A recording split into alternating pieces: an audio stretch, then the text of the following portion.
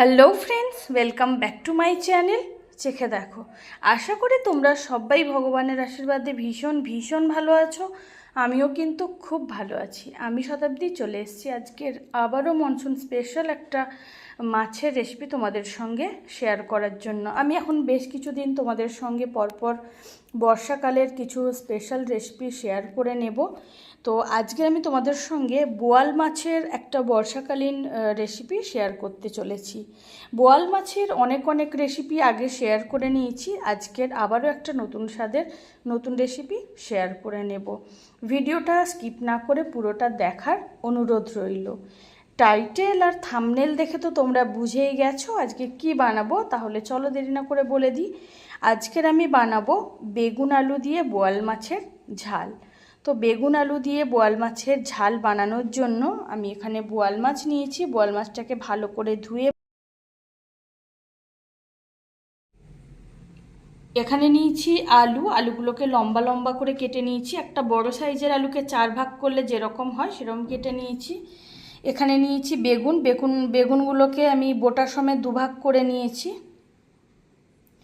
লাগছে পেঁয়াজ কুচি। এখানে নিয়েছি 2টো বড় সাইজের টমেটোর মিহি পেস্ট, আর তার সঙ্গে আমি Kashmiri red chilli powder add করে দিয়েছি একটু কালারফুল দেখানোর জন্য।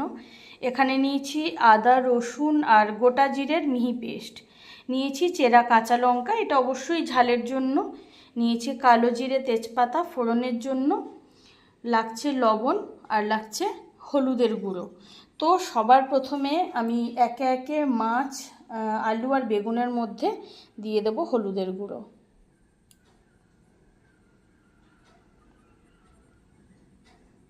দিয়ে দিচ্ছি বেগুনের মধ্যেও কিছুটা হলুদের গুঁড়ো,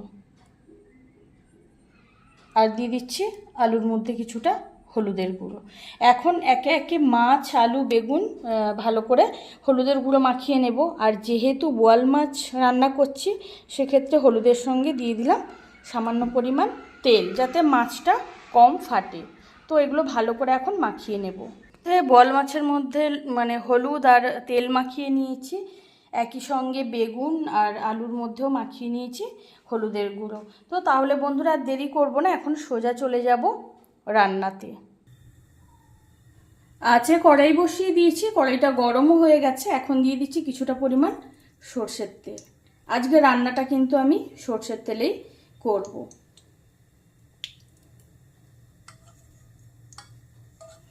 সবার প্রথমে তেলটাকে খুব ভালো মতো ধোঁয়া ওঠা গরম করে নেব।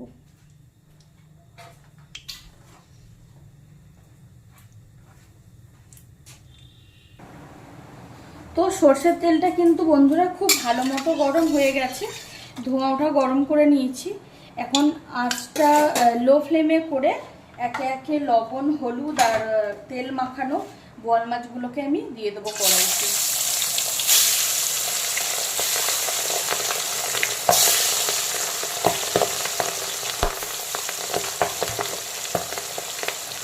এখন বোয়াল মাছের একটা দিক ভালো মতো ভাজা হয়ে গেলে মাছগুলোকে আমি উল্টো করে দেব। এখন কিন্তু বোয়াল মাছের একটা দিক ভালো মতো ভাজা হয়ে গেছে। এখন বোয়াল মাছগুলোকে আমি একটু সাবধানে উল্টো করে দেব, আর উল্টে পাল্টে মাছগুলোকে ভেজে তুলে নেব। আর বাকি যা যা বোয়াল মাছ ভাজতে বাকি আছে সেগুলোও একইভাবে ভেজে নেব। আর তোমরা নিশ্চয়ই খেয়াল করেছো বন্ধুরা, যেহেতু তেলটা দিয়েছিলাম সে কারণে কিন্তু মাছটা অনেকটা পরিমাণ কম ফাটছে। তো মাছগুলোকে আমি এখন উল্টে পাল্টে ভেজে তুলে নেব।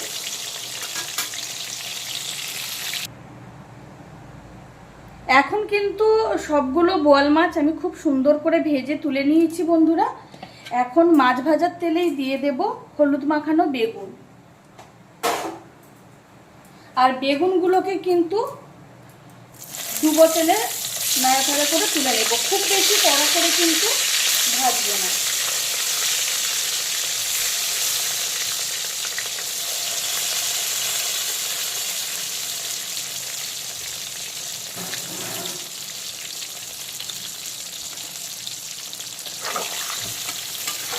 বেগুন ভাজতে বা বেগুন সেদ্ধ হতে কিন্তু খুব বেশি সময় লাগে না। আর বেগুনের যে একটা কাঁচা গন্ধ থাকে সেটা যে কোনো সবজিরই থাকে, তো তো সেই গন্ধটা চলে যাওয়া পর্যন্ত বেগুনটাকে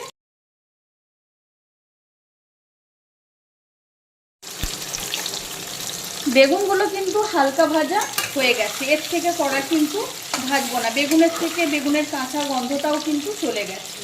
তো বেগুনগুলোকে আমি এখন তেল থেকে তুলে নেব, যতটা সম্ভব তেল ঝরিয়ে।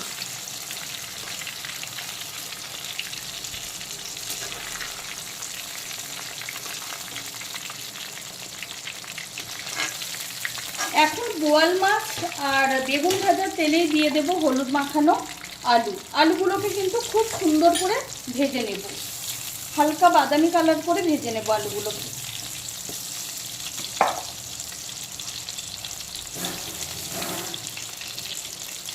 আর বেগুনগুলো তোমরা চাইলে 4 ভাগ করতেই পারো, কিন্তু সেটাতে কিন্তু দেখতে অতটা সুন্দর লাগবে না, কারণ যে কোনো রান্নাতে যেটা মেন ইনগ্রিডিয়েন্ট তার মাপে সব কিছু কাটলে, যে কোনো সবজি যদি তার মাপে কাটা হয় সেটা কিন্তু দেখতেও বেশ সুন্দর লাগে। তো সে কারণে আমি আলুগুলোকেও দেখতেই পাচ্ছ বেশ চওড়া করে কেটেছি, আর বেগুনগুলোকে আমি 2 ভাগ করে রেখে দিয়েছি। তাতে কি বোয়াল মাছের পিসগুলো যেহেতু বেশ বড়, সেক্ষেত্রে একটা মানানসই ব্যাপার কিন্তু রয়েছে। তো এখন আলুগুলোকে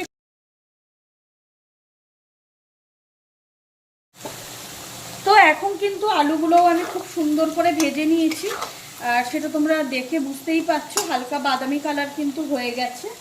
তো এখন আলুগুলোকেও তেল থেকে তুলে নেব, যতটা সম্ভব তেলটাকে একটা ঝাঁঝরি হাতার সাহায্যে এভাবে ঝরিয়ে তুলে নেব।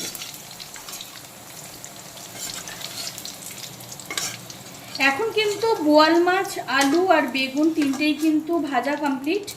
এখন বোয়াল মাছ, আলু আর বেগুন ভাজা তেলেই দিয়ে দেব প্রথমে গোটা জিরে আর তেজপাতা ফোড়ন। গোটা জিরে মানে গোটা কালো জিরে, সাদা জিরে কিন্তু নয়। এখন দিয়ে দেবো পেঁয়াজ কুচি, আর দিয়ে দিচ্ছি চেরা কাঁচা লঙ্কা।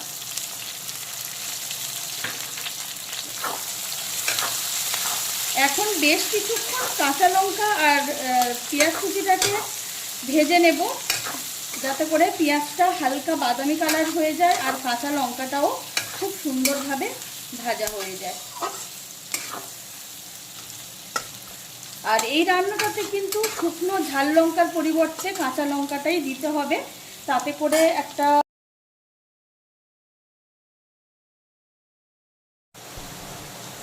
তো এখন কিন্তু পেঁয়াজ কুচিটা লাইট ব্রাউন কালার হয়ে গেছে, আর পেঁয়াজ কুচি আর কাঁচা লঙ্কা ভাজার যে একটা স্মেল সেটা কিন্তু ছাড়তে শুরু করেছে, অপূর্ব একটা স্মেল এখন ছাড়তে শুরু করেছে।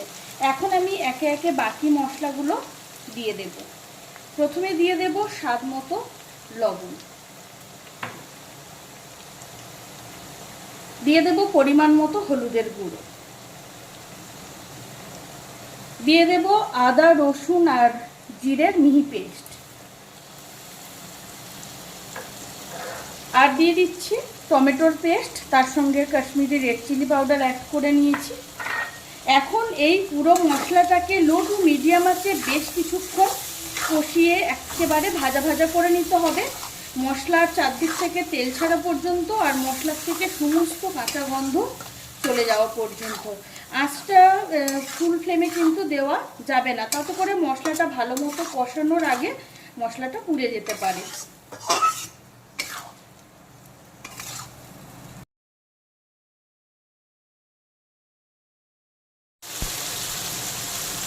এখন কিন্তু বন্ধুরা পুরো মশলাটা খুব ভালো করে কষিয়ে ভাজা ভাজা করে নিয়েছি, আর মশলার চারদিক থেকে তেল ছেড়ে গেছে, আর মশলার থেকে অপূর্ব একটা স্মেল কিন্তু ছাড়তে শুরু করেছে, অবশ্যই কষানো মশলা। আর দেখতেই পাচ্ছ খুব সুন্দর সব কিছু ভালো মতো মিশে গেছে প্রত্যেকটা মশলা। তো এখন আমি কষানো মশলার মধ্যে প্রথমে দিয়ে দেব ভেজে রাখা আলুগুলোকে একটু ভালো করে আবারও মশলার সঙ্গে কষিয়ে নেব, কারণ বেগুন যেহেতু সেদ্ধ হতে বেশিক্ষণ সময় লাগে না, তাই আলুটাকে চেষ্টা করব যতটা সম্ভব কষাতে কষাতে ম্যাক্সিমাম সেদ্ধটা হয়ে যায়। খুবই সিম্পল একটা রেসিপি বন্ধুরা, কিন্তু খেতে কিন্তু জাস্ট অনবদ্য হয়। তো তোমরাও এইভাবেই কিন্তু এই বোয়াল মাছটা এইভাবেই রান্না করবে। তো এখন আলুটাকে বেশ কিছুক্ষণ সময় নিয়ে কষিয়ে নেবো, একেবারে 3-4 মিনিট সময় নিয়ে কষিয়ে নেব মিডিয়াম টু হাই ফ্লেমে। এখন কিন্তু 3-4 মিনিট সময় নিয়ে ভেজে রাখা আলুগুলোকে মশলার সঙ্গে কষিয়ে নিয়েছি। তো এখন আমি কড়াইতে দিয়ে দেবো কিছুটা পরিমাণ গরম জল, ফোটানো জল দিয়ে দেব। আর যেহেতু বেগুন আলু দিয়ে বোয়াল মাছের ঝাল বানাচ্ছি, তো সেটা বুঝে শুনেই কিন্তু জলের পরিমাণটা দিতে হবে। আর একটা কথা, এটা কিন্তু ঝোল ঝোলও খাওয়া যায়, তাতেও কিন্তু খেতে বেশ ভালো লাগে। এখন বেশ কিছুক্ষণ আলুগুলোকে ঝোলের সঙ্গে ফুটিয়ে নেব। আলুটা যখন প্রায় 80% সেদ্ধ হয়ে যাবে, তখন আমি ভেজে রাখা বোয়াল মাছগুলোকে ঝোলের মধ্যে দিয়ে দেব।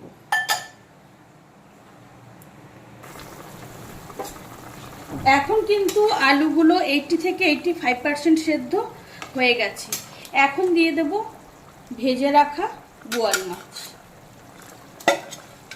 এখন বোয়াল মাছগুলো দিয়ে আরও 2-3 মিনিট সময় নিয়ে ফুল আঁচে রান্নাটা করে নেব, যাতে করে বোয়াল মাছের যে একটা ফ্লেভার, সেটা যাতে মানে মাছের যে ফ্লেভার সেটা যাতে গ্রেভির সঙ্গে আলুর সঙ্গে মেশে, আর মাছের মধ্যে যাতে সমস্ত মশলার ফ্লেভারটা খুব ভালো মতো ঢোকে। আর আঁচটা কিন্তু বন্ধুরা অবশ্যই ফুল ফ্লেমে রেখেছি। এবার আলুটা যখন প্রায় 95% সেদ্ধ হয়ে যাবে, তখন আমি ভেজে রাখা বেগুনগুলোকে দিয়ে দেব। কারণ বেগুনটা দেওয়ার পরে কিন্তু আর রান্নার খুব বেশি বাকি থাকবে না, সে কারণে চেষ্টা করতে হবে আলু।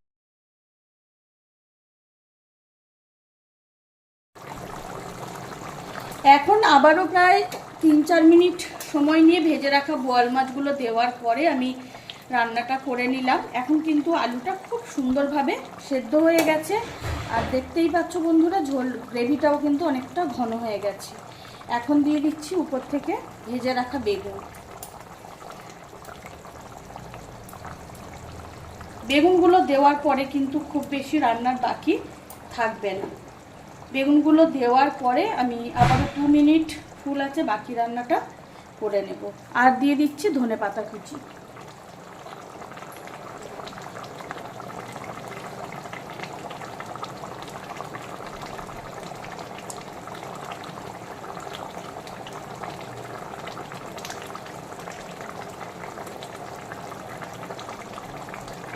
আর আঁচটা কিন্তু অবশ্যই ফুল ফ্লেমে রাখবো, যাতে করে খুব সুন্দরভাবে বেগুনগুলো সমানভাবে সেদ্ধ হয়ে যায়, আর বেগুনের মধ্যে যাতে গ্রেভিটা খুব সুন্দরভাবে।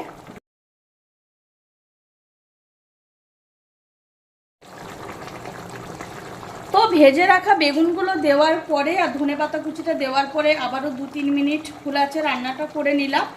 এর থেকে বেগুন কিন্তু খুব বেশি সেদ্ধ করব না, কারণ বেগুনটা যেহেতু ভেজে নিয়েছিলাম, আর সেক্ষেত্রে বেগুনটা কিন্তু আরও মানে যখন তরকারিটা রাখার পরেও গরমে বাকিটা সেদ্ধ হয়ে যাবে। তো আমার আজকে রান্নাটা কিন্তু একেবারে কমপ্লিট। বেগুন আলু দিয়ে বোয়াল মাছের ঝাল একেবারে রেডি। এখন আরও কিছুটা ধনেপাতা কুচি আমি উপর থেকে দিয়ে দিলাম, যাতে খুব সুন্দর একটা ধনেপাতা কুচির একটা ফ্লেভার থাকে। আর আঁচটাও আমি এখন বন্ধ করে দিলাম। এখন একটা বড় ছড়ানো পাত্রে ঢেলে গরম গরম ধোয়া ওঠা ভাতের সঙ্গে সার্ভ করে দেব।